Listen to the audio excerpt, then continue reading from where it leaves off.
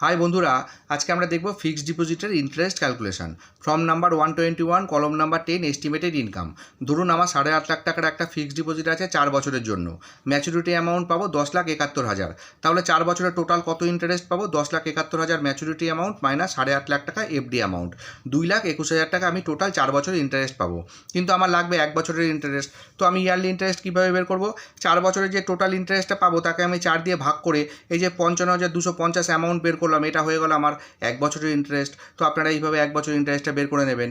এরপরে আপনারা ধরুন বছরের মাঝখানে ফিক্সড ডিপোজিট করেছেন, সেক্ষেত্রে আপনাদের মান্থলি ইন্টারেস্ট বের করতে হবে। তো 1 বছরের যে ইন্টারেস্টটা পাবো তাকে আমরা 12 দিয়ে ভাগ করলে মান্থলি ইন্টারেস্ট বেরিয়ে যাবে। তারপরে যে কয় মাসের জন্য করেছেন সেই কয় মাস দিয়ে এই 1 মাসের ইন্টারেস্টটাকে আপনারা গুণ করলে অ্যামাউন্ট পেয়ে যাবেন। কিন্তু অনেক সময় এরকম হয় মাসের মাঝখানে আপনারা ফিক্সড ডিপোজিট করেছেন, সেক্ষেত্রে যে কদিনের ইন্টারেস্ট পেয়েছেন সেই কদিনের ইন্টারেস্টটা কী করে বের করবেন? তো 1 মাসের ইন্টারেস্টটাকে 30 দিয়ে ভাগ করলে 1 দিনের ইন্টারেস্ট বেরিয়ে যাবে। তারপরে যে কদিনের ইন্টারেস্ট পেয়েছেন সেই কয়দিন দিয়ে আপনারা এই 1 দিনের ইন্টারেস্টটাকে গুণ করলে আপনাদের অ্যামাউন্ট এসে যাবে। এইভাবে আপনারা বের করে পরপর সবগুলো যোগ করে দিলে আপনাদের বাৎসরিক ইন্টারেস্টটা আপনারা পেয়ে যাবেন।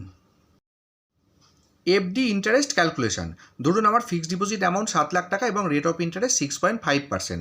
তাহলে অ্যানুয়াল ইন্টারেস্ট বা বাৎসরিক সুদ আমরা কীভাবে বের করব? যদি আপনারা ক্যালকুলেটারে করেন তাহলে 7 লাখ ইন্টু 6.5% একবারে বেরিয়ে যাবে 45,500।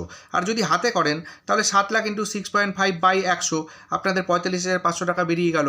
মানে মূলধন তাকে আমরা রেট অফ ইন্টারেস্ট দিয়ে গুণ করে 100 দিয়ে ভাগ করব। তো এইভাবে আপনারা বাৎসরিক ইন্টারেস্টটা বের করে নেবেন। এরপরে কোয়ার্টারলি ইন্টারেস্ট। যদি আপনারা 3 মাসে সুদ পান তাহলে 3 মাসের যে সুদটা পাবেন তাকে 4 দিয়ে গুণ করলে ইয়ারলি ইন্টারেস্ট বেরিয়ে যাবে। আর যদি আপনারা হাফ ইয়ারলি ইন্টারেস্ট পান তাহলে 6 মাসের যে ইন্টারেস্টটা পাচ্ছেন তাকে আপনারা 2 দিয়ে গুণ করলে ইয়ারলি ইন্টারেস্টটা বেরিয়ে যাবে। এইভাবে আপনারা ইয়ারলি ইন্টারেস্টটা ক্যালকুলেশন করে নেবেন। এফডি কম্পাউন্ড ইন্টারেস্ট ক্যালকুলেশন, চক্রবৃদ্ধি হারে সুদ। প্রথম বছর আমরা একইভাবে বের করব। এফডি অ্যামাউন্ট তাকে রেট অফ ইন্টারেস্ট দিয়ে গুণ করে 100 দিয়ে ভাগ করব, তাহলে আমাদের 1 বছরের ইন্টারেস্ট বেরিয়ে গেল। দ্বিতীয় বছরে এফডির যে অ্যামাউন্টটা আছে তার সাথে প্রথম বছরের সুদটা যোগ করব, তারপরে তাকে রেট অফ ইন্টারেস্ট দিয়ে গুণ করে 100 দিয়ে ভাগ করলে আপনাদের দ্বিতীয় বছরের ইন্টারেস্টটা বেরিয়ে যাবে। এক্সাম্পল হিসেবে আমি দেখাচ্ছি, ধরুন প্রথম বছরে আমার 6 লাখ টাকা, 7% হচ্ছে 42,000 টাকা। দ্বিতীয় বছরে আমি কীভাবে বের করব? এই যে 6 লাখ টাকা, 6 লাখ টাকার সাথে আমি প্রথম বছরের ইন্টারেস্ট 42,000 টাকা যোগ করে 6,42,000 টাকা হলো, তার উপরে 7%-এ আমার 44,940। এইভাবে আপনারা চক্রবৃদ্ধি হারে সুদ বা কম্পাউন্ড ইন্টারেস্ট ক্যালকুলেশন করে নিতে পারবেন।